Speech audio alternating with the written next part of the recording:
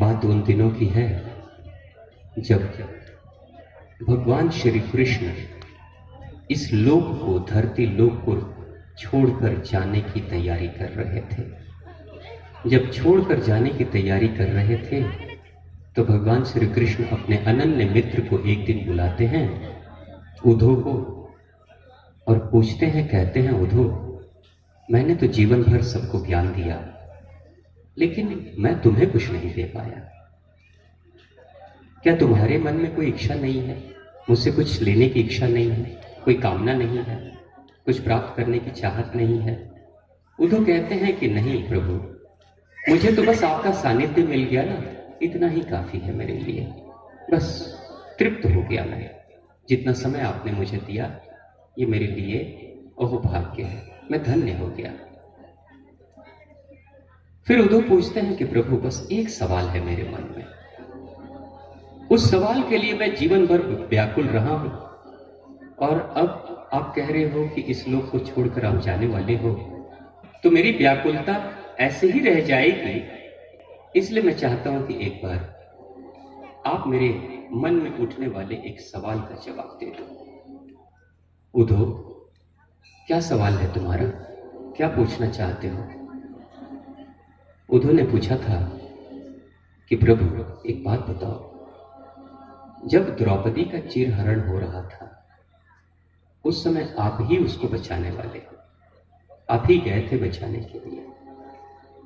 मन में सवाल ये है कि जब बचाने वाले आप ही हो तो उस समय क्यों नहीं बचा लिया जब रानीवास में द्रौपदी रह रही थी और दुशासन बालों से खींचते हुए, पकड़कर, घसीटते हुए ला रहा था।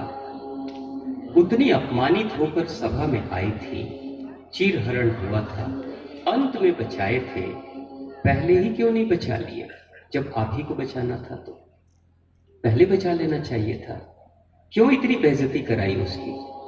और अंत में बेइज्जती होने के बाद, चीरहरण होने के बाद, एक बहू के लिए चीरहरण, एक तरह से बेइज्जती हो गई उसकी, और बेइज्जती के बाद भरी सभा में तब जाकर आप रक्षा करने चाहते हो, रक्षा करते भी हो। ये काम पहले क्यों नहीं कर लिया था? यही मेरे मन में सवाल हमेशा उठता है। तो ये जब सोचता हूं आपके बारे में कि मेरे श्री कृष्ण को ऐसा नहीं करना चाहिए था, जब सुरक्षा करनी थी तो शुरू में कर लेते, अंत में क्यों करना? तो भगवान श्री कृष्ण कहते हैं, उद्धव, तुम्हारे मन में ये सवाल बहुत समय से उठ रहा है, ये मुझे पता है, लेकिन मैं इंतजार कर रहा था कि तुम कभी खुद पूछोगे तो मैं जवाब दूंगा। मुझे पता है कि तुम इस बात को लेकर मुझे दोषी ठहराते हो कि मैं ही दोषी हूं और द्रौपदी का चीरहरण मैंने होने दिया था। मेरे अंदर क्षमता थी तो पहले ही बचा लेना चाहिए था उसको, लेकिन मैं नहीं बचा पाया था।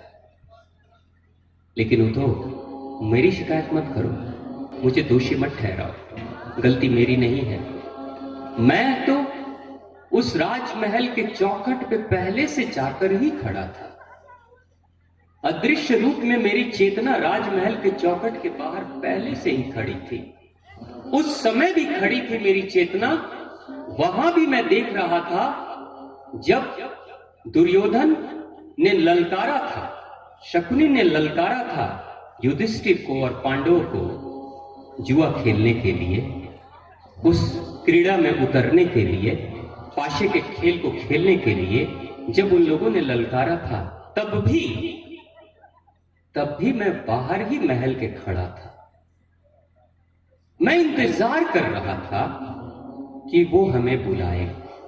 मैं इंतजार कर रहा था उस अर्जुन का, जो मेरा मित्र है, जो मेरा सखा है, जो मेरे साथ खाता था, उठता था, बैठता था, सोता था। आज जब जुआ खेलने जा रहा है तो वो अर्जुन मुझे नहीं बुलाता है, मुझे उसने नहीं बुलाया, लेकिन मैं इंतजार कर रहा था कि वो कम से कम मुझे बुलाएगा, क्योंकि सभी तरह के गतिविधियों में वो हमेशा मुझे शामिल करता था। लेकिन उस दिन जुए के खेल से पहले न अर्जुन ने बुलाया, न युधिष्ठिर ने बुलाया, न भीम, न नकुल, न सहदेव, किसी ने मुझे नहीं बुलाया। बुलाया होता तो मैं चला आता, और अगर मैं चला आता तो शकुनी क्या पासे के खेल का महारथी था? मैं उससे भी बड़ा महारथी हूं पासे के खेल का।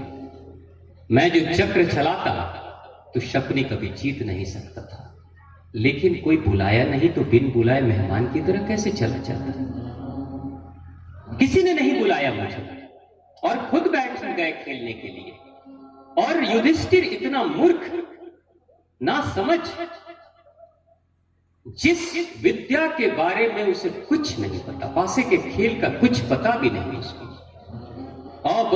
कुछ नहीं मालूम, उस विद्या के खेल में, उस खेल में उतरने के लिए उस खेल के महारथी के सामने आकर बैठ गया। घोड़े का रेस कराना हो तो घोड़े से रेस कराएंगे कि बकरी से कराएंगे? कराएंगे किससे? घोड़े का रेस घोड़े से होना चाहिए, कुत्ते का रेस कुत्ते से होना चाहिए। कि कुत्ते का रेस हाथी से कराते हैं, जो चलता है 1 क्विंटल का वजन, 1 क्विंटल का तो पैर है उसका, और कुत्ता दौड़ के निकल जाएगा। तो रेस बराबरी से करनी चाहिए, सेव की तुलना सेव से करनी चाहिए, सेव की तुलना आम से नहीं करनी चाहिए। लेकिन युधिष्ठिर कितना मूर्ख, कहते हैं श्री कृष्ण कितना मूर्ख है, पासे के खेल का कुछ पता नहीं उसको, और बैठ गया शकुनी जैसे महारथी के सामने खेलने के लिए, है ना? यानी हवाई जहाज उड़ाने की कला हमें पता नहीं, लेकिन सीट पे बैठ गया, आज उड़ा के ही छोड़ूंगा, उड़ाऊंगा कि खुद ही उड़ जाऊंगा पता भी नहीं। तो ऐसी गलतियां हमारे इतिहास में हुई हैं। हमारी बार बार पौराणिक कथाएं हमें याद दिलाती हैं कथाओं के माध्यम से कि जिन तरह की गलतियां हमारे पूर्वजों ने की है, वैसे ही गलतियां कभी कभी हम भी करने चले जाते हैं, और हमारी भी हालत वैसे ही होगी कि हम भी बेइज्जत होंगे, बेदखल होंगे और घर से निकाले जाएंगे, युधिष्ठिर की तरह और पांडवों की तरह। लेकिन आखिर क्यों नहीं बुलाए? उद्धव पूछता है, उद्धव पूछते हैं कि भगवान, आखिर अर्जुन हमेशा आपको बुलाता था, नकुल, सहदेव, युधिष्ठिर, भीम सभी आपसे इतना प्रेम करते थे, उस दिन जुए के खेल में, पासे के खेल में क्यों नहीं बुलाया? तो भगवान श्री कृष्ण कहते हैं ना, भगवान तो भगवान है, वो मनोकामना को जानते हैं, सबके अंदर के मन की कामना को पहचानते हैं, समझते हैं।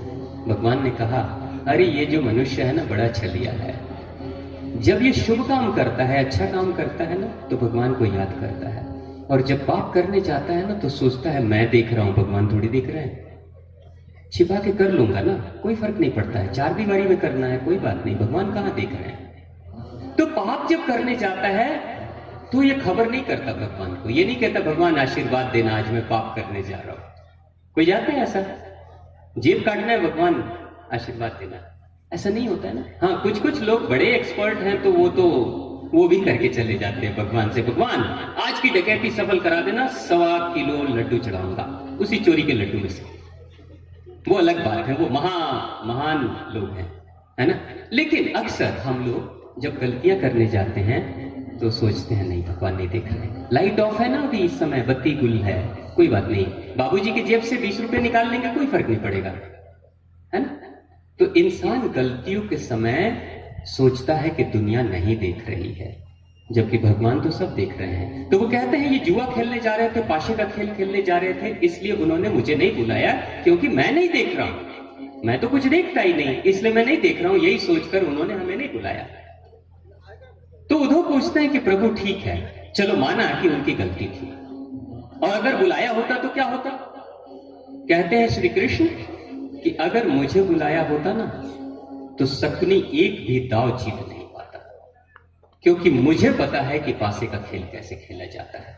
मैं अगर रहता जैसे दुर्योधन, कहते हैं भगवान श्री कृष्ण, इस कथा के माध्यम से भगवान श्री कृष्ण कहते हैं कि दुर्योधन मुझे युधिष्ठिर से भी ज्यादा समझदार लगा। क्यों? क्योंकि पासे के खेल के बारे में उसे भी कुछ नहीं पता, लेकिन पासे के खेल के लिए, पासे के खेल का महारथी शकुनी को लाकर बैठा देता है, और वो जाकर पांडवों को बुलाता है, चुनौती देता है, आओ अगर दम है तो पासे का खेल खेलो। लेकिन किसके साथ? मामा के साथ, मेरे साथ नहीं। कई बार लोग जीवन में आपसे गलत काम कराने के लिए भी चुनौतियां देते हैं, अगर दम है तो ये करके दिखाओ, अगर दम है और ये करके दिखाओ तो उस समय बस आप मकड़ जाल में फंसने वाले हो। कहते हैं श्री कृष्ण की बड़ा चतुर था दुर्योधन, खुद कुछ नहीं जानता था, शकुनी को बैठा दिया। लेकिन महामूर्ख था युधिष्ठिर, कुछ नहीं जानता था, लेकिन उसे भी तो सोचना चाहिए था कि जैसे शकुनी को बैठाया वैसे मैं भी किसी को बैठाऊं अपने साथ में।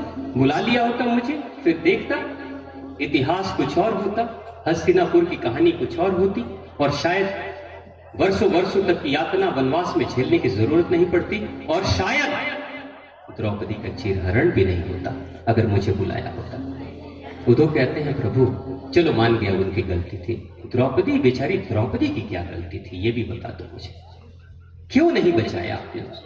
द्रौपदी तो जुआ खेली नहीं, द्रौपदी तो स्वयं को हारी नहीं, फिर द्रौपदी को इतनी बड़ी सजा क्यों मिली? भगवान कहते हैं वो भी मैं देख रहा था, सब कुछ मैं देख रहा था। जिस समय दुर्योधन अपने सिपाही को भेजता है रानीवास में ये खबर देकर कि जाओ द्रौपदी को बुलाकर लेकर आओ, तो द्रौपदी कहती है, द्रौपदी पूछती है उस सैनिक से कि पहले जाकर ये पता करके आओ कि राजा युधिष्ठिर पहले खुद को हारे थे या मुझे पहले हारे थे, पता करके आओ। क्योंकि अगर राजा युधिष्ठिर खुद को पहले हार चुके थे तो उनको अधिकार कहां था मुझे हारने? जब वो खुद को हार चुके हैं तो फिर मुझे कैसे हारेंगे?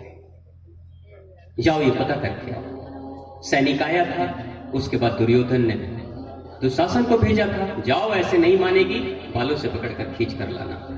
और जब दुशासन जाकर बोला था और चलने के लिए कहा था तब भी वो तर्क दे रही थी, अपनी बातें कर रही थी, विद्वता की बातें कर रही थी।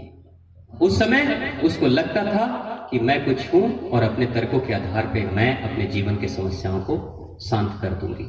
और जब दुशासन खींच कर लेकर आ रहा था तब भी उससे उलझ रही थी, जूझ रही थी और अपने आप को बचाने की कोशिश कर रही थी। और जिस समय भरी सभा में आई थी तब भी वो वहां के बैठे सभी महारथियों से तर्क वितर्क कर रही थी। लेकिन वही द्रौपदी जो मुझे कहती थी कि आप मेरे भगवान हो, उस दिन द्रौपदी ने एक बार भी मुझे याद नहीं किया। अगर रानीवास में जब खबर मिली थी सैनिक की तरफ से कि युधिष्ठिर हार चुके हैं उसे, तो उसी समय एक बार अगर हाथ जोड़कर मुझे बुला लेती, मुझे याद कर लेती, तो शायद उसी वक्त मैं चला आता। लेकिन अंतिम क्षण तक तर्क वितर्क कर रही, अपनी पूरी शक्तियों की क्षमताओं का भरोसा करके आगे की तरफ बढ़ रही है, संघर्ष कर रही है, अहंकार को जगा रही है, लेकिन मुझे कभी नहीं बुलाया। मैं तो इंतजार कर रहा था, और मैं बिन बुलाए मेहमान की तरह कहीं नहीं जाता हूं, किसी के पास नहीं जाता हूं, चाहे लाख बुरा हो, मैं शांत रहता हूं। और जब अंत में हार गई थी, अंत में जब हार गई थी, न युधिष्ठिर, न भीम, न अर्जुन, न नकुल और सहदेव, जब कोई खड़े नहीं हो रहे थे, सर झुका के सबके सब बैठे हुए थे और किसी ने उसकी रक्षा नहीं की, जब कोई भरी सभा में एक भी, न भीष्म पितामह, न कृपाचार्य, न द्रोणाचार्य, न विदुर, कोई जब खड़ा नहीं होता है उसकी रक्षा के लिए, जब बेसहारा हो गई थी चारों तरफ से, अपनी सारी क्षमताओं को लगाकर देख लिया था और अंत में जब कुछ नहीं कर पाई थी, तो अंत में मायूस होकर हाथ जोड़कर बोला था, हे कृष्ण अब मुझे बचा लो। मुझे बोला था, हे कृष्ण मुझे अब बचा लो, अब तुम ही सहारे हो, तेरे सिवा कोई और नहीं मेरा, बस तू ही मेरा है, तू मुझे बचा ले। जब उसने हाथ जोड़ा था, मुझे याद किया था, मैं तो वही था, मैं तो वही था, मैं तो इंतजार कर रहा था कोई मुझे बुलाए। तो जब बुलाती है मैं चला जाता हूं, उसकी मदद करता हूं, और उसकी जब मदद करता हूं तो चीरहरण से वो बच जाती है।